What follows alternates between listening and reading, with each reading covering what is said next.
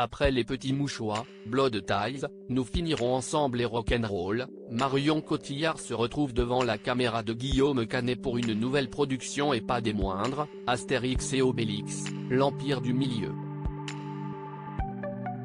L'actrice oscarisée est en pleine promotion de ce long métrage d'aventure ambitieux et avait rendez-vous sur le plateau de Laurent Delahousse sur France 2 le 29 janvier 2023. Le présentateur et compagnon de la comédienne Alice Taglioni ne pouvait pas ne pas demander à son invité son regard sur le travail du cinéaste, qui est également le père de ses deux enfants, Marcel, 11 ans, et Louise, bientôt 6 ans. Préservant son jardin secret, Marion Cotillard reste toujours discrète sur sa vie privée.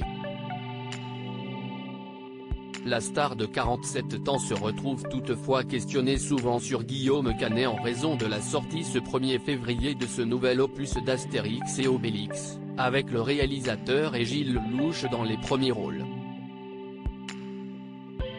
Sur France 2, elle n'a pas caché son admiration pour le travail de celui avec qui elle a donné la réplique il y a 20 déjà dans Jeux d'enfants, il a rencontré beaucoup d'obstacles et d'embûches. Il a cette capacité à retomber sur ses pieds, à réinventer quelque chose alors qu'il n'a pas la possibilité de faire ce qu'il avait envie de faire. Louant sa détermination et son professionnalisme, elle a tenu à souligner son amour pour l'humain, l'amour des personnages et de faire sortir l'humanité de chaque personnage dans n'importe quel genre. Que ce soit dans le drame ou dans la comédie, c'est ça qui l'intéresse et il le fait brillamment.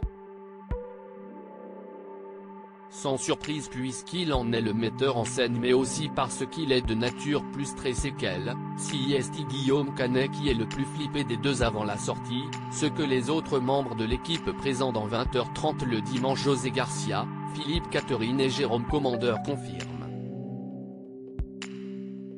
Ne pas remettre leur couple à l'épreuve si la distribution de ces nouvelles aventures live des Gaulois est vertigineuse, Zlatan, Big Flo et Oli et Angèle côtoient Pierre Richard, Jonathan Cohen ou encore Ligne d'Anne Femme, les regards sont donc braqués sur le duo ultra glamour du cinéma français formé par Marion Cotillard et Guillaume Canet.